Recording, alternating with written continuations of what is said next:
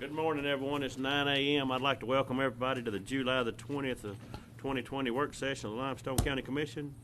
Under public comment, we have Ms. Tina Cook first. Do you want to step up to the microphone here, Ms. Tina?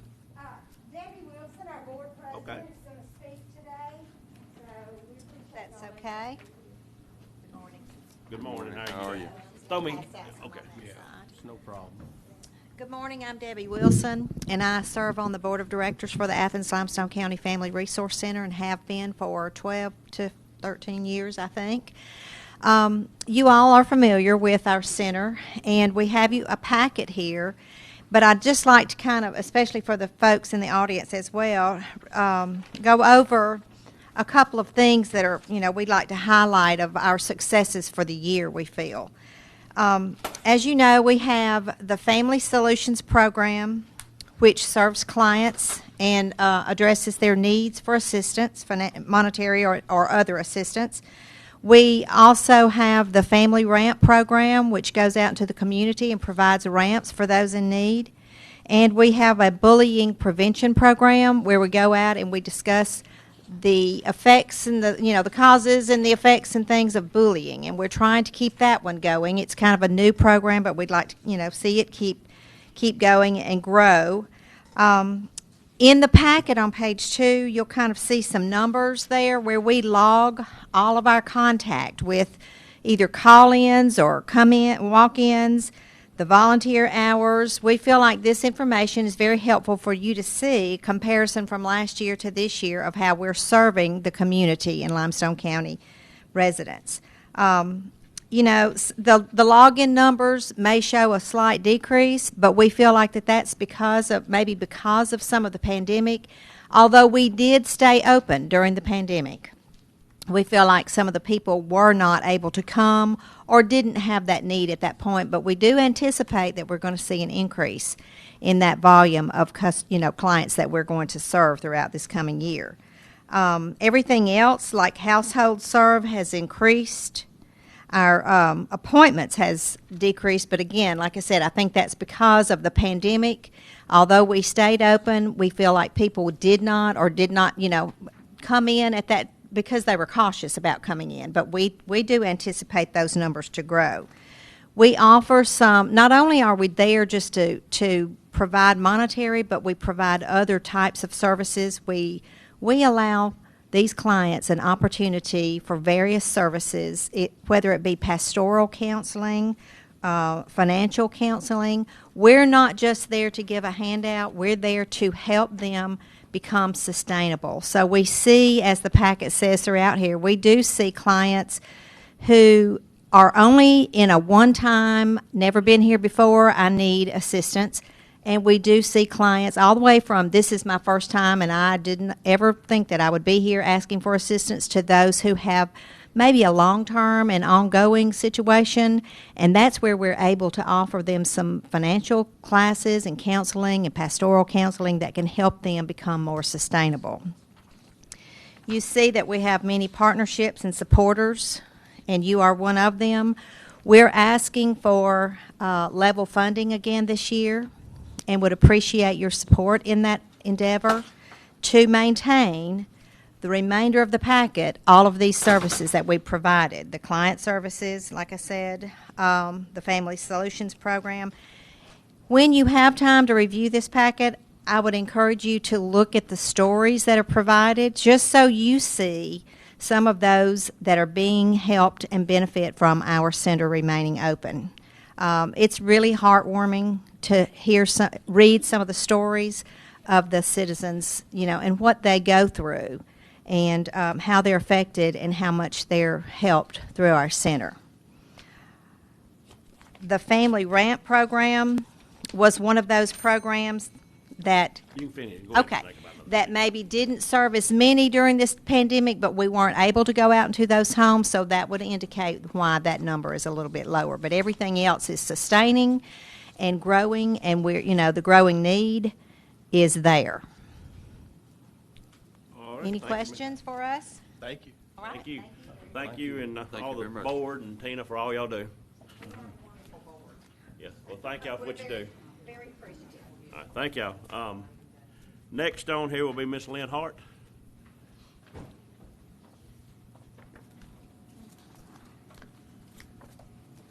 Good morning, everyone. Morning.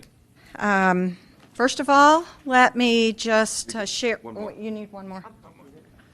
Okay, these packets that are being distributed, I would ask, I'm not going to go over everything that's on this form, but I would really appreciate it if you would take the time to really look at it. We continue to go out to all of the city and the county schools. We go into every single county school every year. We reach every 5th and 6th grade student from Limestone County with a message of litter abatement, recycling, beautification, respect for the natural world. If a teacher asks us to come out from any level, from preschool to 6th grade, we will create a program designed to meet whatever their needs are, depending on what they're teaching at the time. As far as projects and programs, of course, we lend safety vests and litter grabbers and provide trash bags to any group that would like to clean up a roadside anywhere in Athens or Limestone County. Our trash attack and waterway cleanup this year, we removed over 5,000 pounds of trash in one day, and we were at all ends of the county. We support, of course, group and individual cleanups, and over the last year, over 12,000 pounds of trash have been removed from the city and the county by volunteers. And that not only, I mean, you may look at that as, well, that's a drop in the bucket. And truly it is. For the amount of litter that's out there, it's a drop in the bucket. But every time we get a group or an individual to go out and pick up trash, it's an education experience. And every time we have a volunteer go out, we are reaching one more person who is going to understand litter, because oftentimes, unless you get down in there and you're picking it up yourself, you don't see it, or you don't understand what's really out there. We support the Adopt a Spot program in the city, and we do have some groups in the county that continue to clean up certain areas.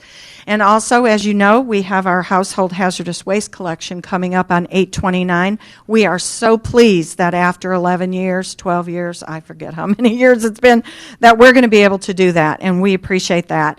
This Wednesday, we are having a bags and grabber giveaway. We are actually giving away 200 litter grabbers and a sample package of Glad bags, and encouraging people to go out and use that to pick up something in their neighborhood and report it back to us, and then continue. They get to keep the grabber, and we hope that they will continue to use it for that reason. We also have the Indorama Cash for Trash going on. We have wonderful partnerships, and we have people out there picking up a half a mile of roadside in Limestone County. We have some that have done several half miles because they want their name in. You have to give people incentive, and sometimes that's what it's about. But again, once they get out there, they understand and they will continue. In community engagement, we have our Earth Day and Outdoor Expo. Of course, this year it had to be canceled for obvious reasons, but we didn't just let it go. We created contests. We had a nature scavenger hunt, earthy art contest, painted rain barrel contest in cooperation with the Master Gardeners, and there was great participation, and we're judging this week. So it's been wonderful, and parents have been thrilled to have something for their children to do this summer since their activities are limited. Of course, we provide a wealth of information, locally appropriate information. We get phone calls constantly, and we are always there to answer.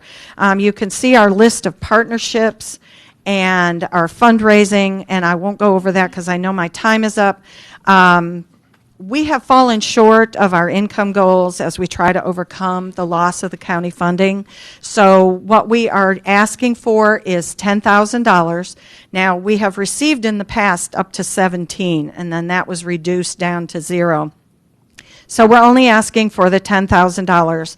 Also, we would like you to once again put $25,000 in your budget for the household hazardous waste for next year in anticipation that we're going to have it. I'm asking for that amount again this year because we haven't had ours this year. We really don't know if we're going to have to dip into that. Of course, we'll only use what we need. So I would really appreciate it if you would consider these requests, and feel free to call and ask any questions that you might have. Thank you so much. Oh, and at the end of this month, I will be retiring, and I want to thank you and all past county commission members for everything that you've done over my 21 years as the executive coordinator of Keep Athens Limestone Beautiful. Lee Patterson will be taking over my position, and I am leaving it in excellent hands. Thank you. Thank you, Thank Lynn, you, for Lynn. all you've done. Happy retirement. Yep. All right. And Teresa Todd is next. I think Andrea Turner is going to speak. Is that right? All righty. Okay. Hey, Lynn. I mean, there was something at the beginning of the COVID that said, hey, don't pick up trash. Yes. That's gone, isn't it? That is gone. Hallelujah. We Yeah. changed our whole harmless to include COVID, so now it's okay. Yeah. Good morning, Teresa. How are you doing?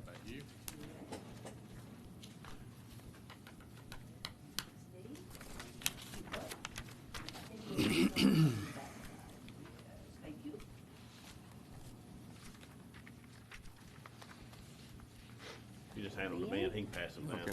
Oh, I'm okay. sorry. There's going to be a sheet and then a page, so that's what you get. I'll pass them on down. Thank you very much. Thank you. Go ahead, Andrew. Hi. So just real quick, so you're going to have two different things. This I'm going to kind of go over, and this is the marketing plan that we are going to try to achieve to get these numbers from. And before I do that, if you have any questions regarding the Sports Alabama stuff that's in the marketing plan or that I talked about today, Don Dukerman here, the chairman of Sports Alabama, is here. He can probably answer the questions a little bit better and faster than I can. So around the end of April 2020, Athens Limestone County Tourism reached out to our local hotels owners to find out their potential interest in partnering with us to participate in a COVID-19 Destination Recovery Committee. After several meetings with this committee, the hoteliers and tourism came to the conclusion that we would continue on with this advisory committee even after the recovery time period was over with.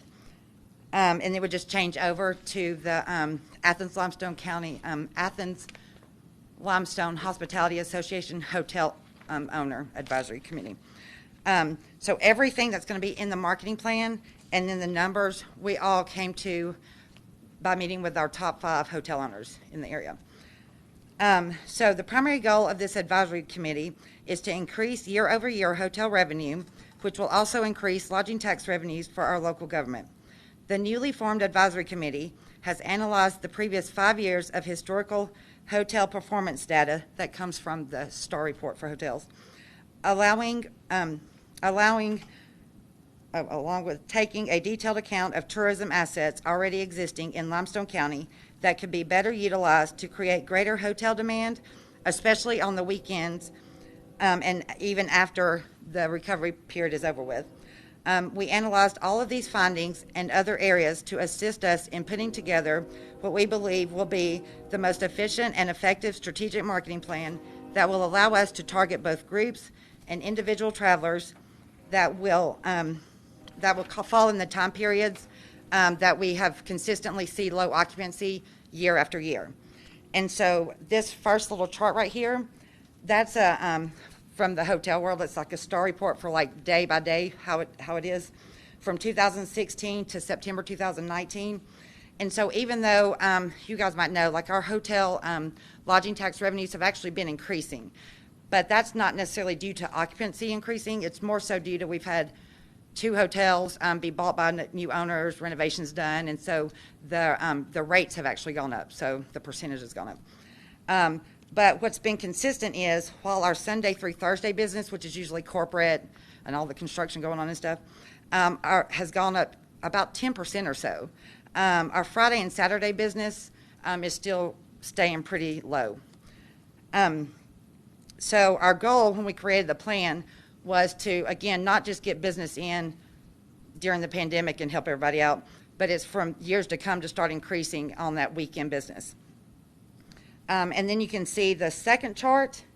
We did like the annual county lodging tax revenue numbers from 2015 to 2019, and then what the hotel occupancies were.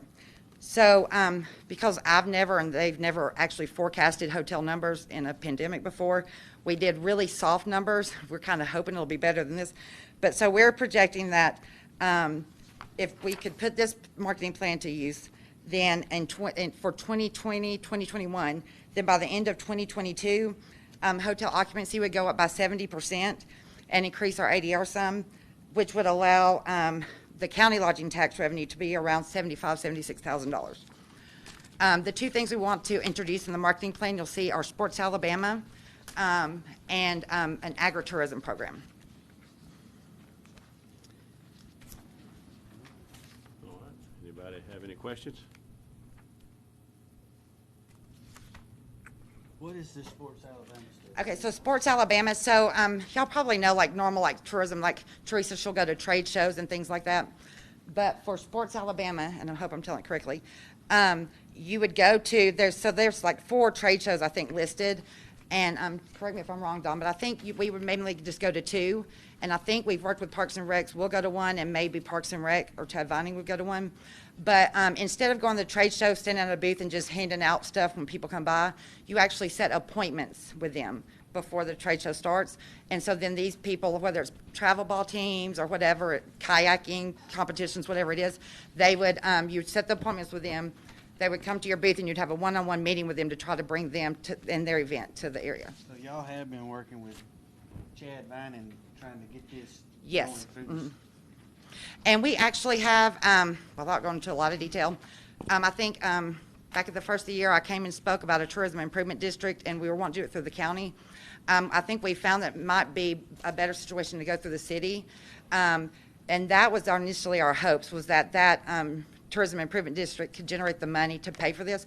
There's just no way now with everything going on to get it done before we have to pay the membership for 1st of January.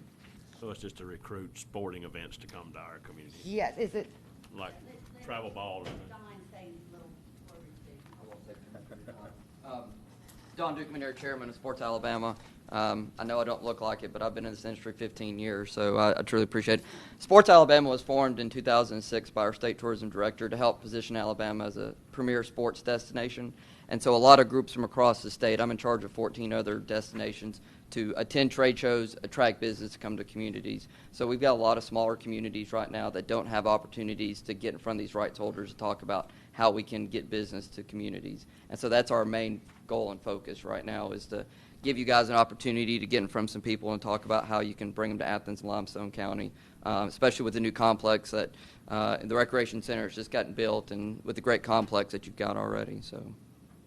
And just FYI, we're really lucky because, so he's not just the chairman of Sports Alabama, he was over Foley Sports Tourism, and we're lucky enough he moved to Decatur, so we have him kind of next door to work with us. You know a little bit about getting people to come play ball in your area, don't you? Just a little bit. So, yes, sir. Good deal. Appreciate it. Thank y'all for being here today. Thank you. Thank you. All righty. Laura with the Athens Limestone Library. All right. Brought Chris with you. All right. Y'all come on down. Good morning. How are you doing? Thank you. Morning, Chris. You want me to start? Well, I guess. Morning. Thank you for having me. There should be a one-pager in there with just some statistics. We'll keep it brief. So as far as card holders, close to 9,000. Yearly visitors, a little over 72,000. The number of items borrowed would be just below 191,000. We had 419 library programs, roughly 11,000 attendees. Uses of the library public computers, 9,363. Wi-Fi logins, a little over 13,000. Information databases, 25,000. Reference questions, close to 40,000. And then 2,100 volunteer hours of service. Collection size, you're looking at close to 80,000 books, about 84,000 ebooks, and then we also have DVDs and audio books. And I thought, since we have a new interim director, y'all are very familiar with Laura, but she put together a quick little letter that I'll use her words as opposed to mine. Like all those who serve the public with the library are finding new ways to interact with the community. We're doing all that we can to keep our staff as well as those we serve as safe as possible. We disinfect and quarantine all materials that are returned, socially distance the public computer area, and disinfect all surfaces after every use. We changed how we provide programming to our community, a lot of virtual programming now.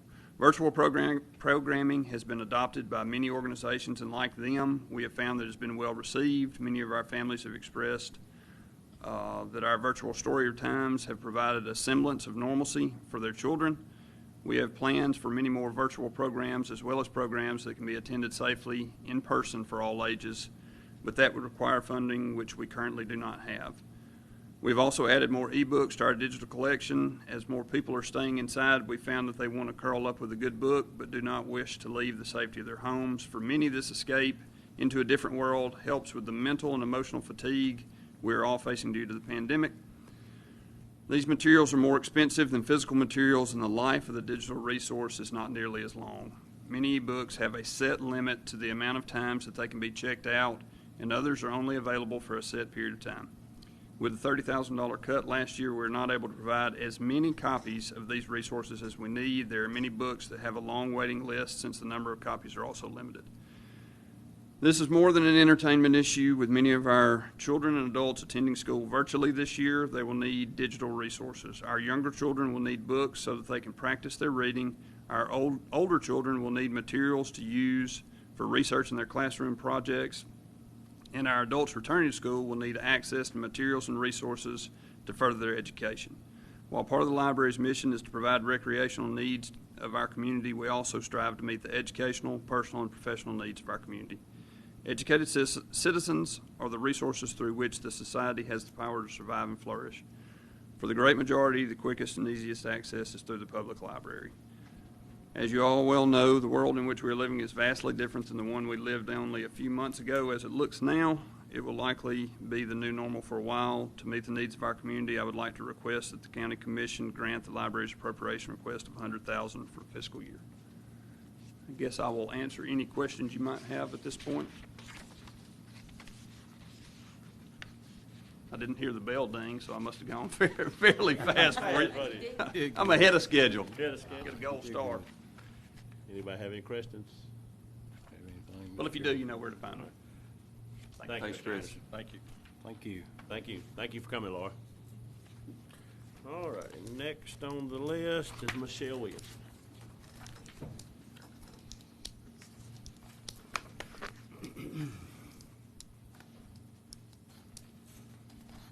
First, I would like to thank Commissioner Samet, Commissioner Turner, Commissioner Black, Commissioner Harrison, and Chairman Daly for allowing me to address you this morning.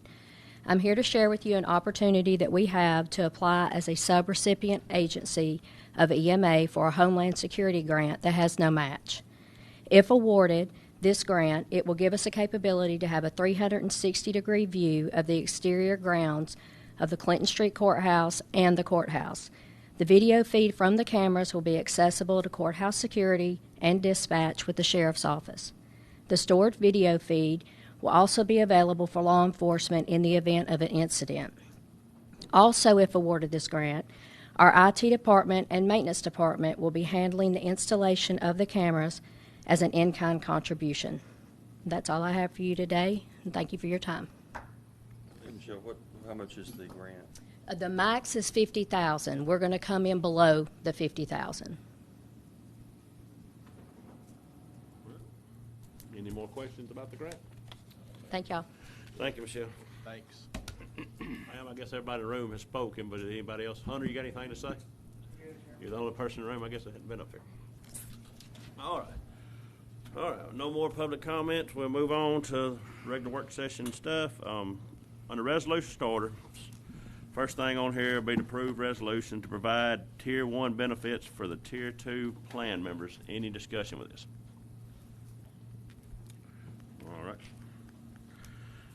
All right, no discussion with that. We'll move on under contracts, agreements, and grants. First on here be to approve state local disaster assistance agreement with the Alabama Emergency Management Agency, with FEMA, and for flooding incidents for a period of February the 5th of 2020 through March the 6th of 2020. Any discussion with this? I think a lot of that has to do with like bridges that's been washed out and culverts and everything along that line. I think there are 13 projects on that Yeah, no Mark. site. Maybe some of them are split into two different projects, that number may be a little higher, but. Okay.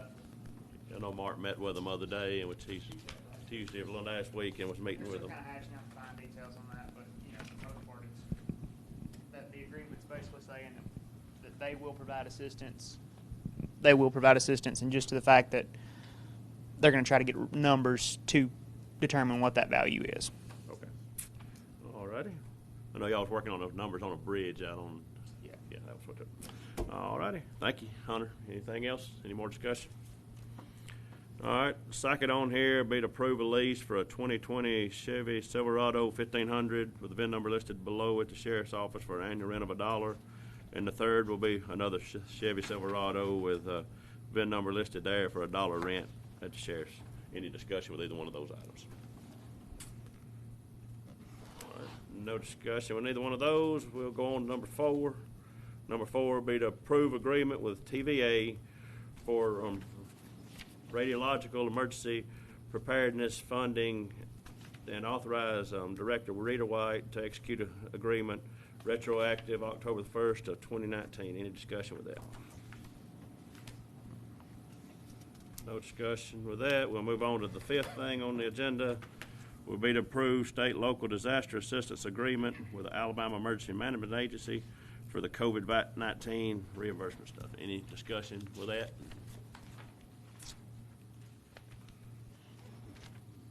All right, no discussion with that. We have no budget revisions, no emergency purchases. Under board appointments, one will be to reappoint Michelle Williamson to the Alabama Mountain Lakes Tourism Association Board of Directors, October the 1st, 2020 through September the 30th of 2022. I know I'd asked Michelle, you still want to do that, Michelle? You still fine? Okay. I just want to make sure everything's fine with that. All righty. So, any discussion with that? All right, no discussion with that. We have no award of bids. Under personnel action, we'll hire Dusty Balcom as a corrections officer pending a drug screening. Any discussion with him?